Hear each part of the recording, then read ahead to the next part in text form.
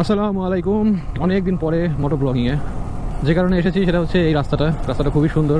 ক্যামেরাতে কীভাবে দেখা যাচ্ছে বা বোঝা যাচ্ছে জানি না, কিন্তু এই পাশ এবং ওই পাশ বাংলাদেশের ছয় ঋতু না, 3 ঋতুতে 3 রকম এটার প্রকৃতি। যখন বর্ষাকাল তখন দুই দিকে প্রচুর পানি, আর যখন শীতকাল বা শীতের শুরু তখন হচ্ছে এরকম সবুজ, আর যখন হচ্ছে ধানের সময় আর কি, মানে শীতের আর কিছুদিন পরে তখন তো এই ধান ক্ষেত থাকবে, মানে পুরোটা জায়গা হচ্ছে ধান আর ধান থাকবে, ধান গাছ থাকবে, ধানের ক্ষেত থাকবে আর কি। রাস্তাটা অনেক ভালো, যদিও উঁচু নিচু, এবং এই উঁচু নিচু রাস্তার কারণে আমি একবার আমার চিংড়ি মাছ ফালাই দিয়েছিলাম। সে চিংড়ি মাছ যদিও পাই নাই, আর কোথায় পড়ছে তাই তো জানি না।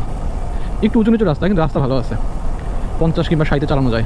60-এ একটু সমস্যা হয়ে যায়, 50 সেফ। যাই হোক, এটা হচ্ছে গোপালগঞ্জের টুঙ্গিপাড়া থেকে মাছবাড়ি দিয়ে বরিশাল যাওয়ার রাস্তা। এই এলাকাতে প্রচুর ঘের এবং বিভিন্ন ধরনের সবজি, আখ লাগানো হয়েছে এখানে। ভুট্টা এখনও দেখি নাই, ভুট্টাও আছে হয়তো বা। গম দেখছি, কিছু কিছু জায়গায় গম লাগাইছে এখন। আসলে সকল ধরনের সবজি এখানে চাষ করে এবং ভালো ফলন হয় এখানে। আসলে অনেক ইচ্ছা ছিল মোটো ব্লগিং করার, কিন্তু জীবনের সংগ্রামে জীবন আর সেই সুযোগ দেয় নাই যে মোটো ব্লগিং করব। প্রতিনিয়ত সংগ্রামে আছি, জীবনের টানাপোড়েনে মোটো ব্লগিং হয় না, নর্মাল ভিডিও করব সেই সুযোগটাও হয় না। তবে তারপরেও চেষ্টা করি ভিডিও করার, কারণ ভিডিও করতে ভালো লাগে, ভিডিও শেয়ার করতে ভালো লাগে। বিষয়টা এরকম না যে এখান থেকে আমার টাকা পয়সা ইনকাম হয়, টাকা পয়সা তো পরে, জীবনে আসলে সবচেয়ে ভালো লাগে সেটাই, যেটা আসলে আমরা করতে পছন্দ করি।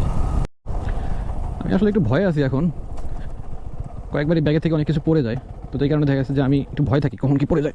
এই যে এটার মধ্যে আমার কিছু জ্যাকেট, যেগুলো বাড়িতে নিয়ে ধুইতে হবে, আমার জিনিসপত্র, এগুলোর মধ্যে কিছু কাপড় চোপড় আছে, বাড়িতে নিয়ে ধুইতে হবে, মানে নিজের ধুইতেছি না, বাড়িতে নিয়ে ধুই আর কি এগুলো।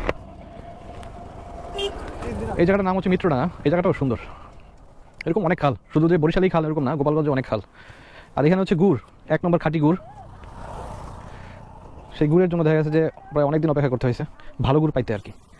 এই জায়গাটা হচ্ছে মাছবাড়ি, যে রাস্তা দিয়ে আমি আসলাম এটা হচ্ছে টুঙ্গিপাড়া যায়, আর এখন যে রাস্তা উঠলাম এই রাস্তার পিছনে হচ্ছে গোপালগঞ্জ যায়। মানে গোপালগঞ্জ, টুঙ্গিপাড়া, মাছবাড়ি হচ্ছে, বা গোপালগঞ্জ, আর সামনের দিকে হচ্ছে কোটালীপাড়া। এখন বলতে হয় এরকমভাবে, কোটালীপাড়া, গোপালগঞ্জ এবং টুঙ্গিপাড়া হচ্ছে একটা ত্রিভুজের 3 কোণা। হ্যাঁ, বিষয়টা এরকমই।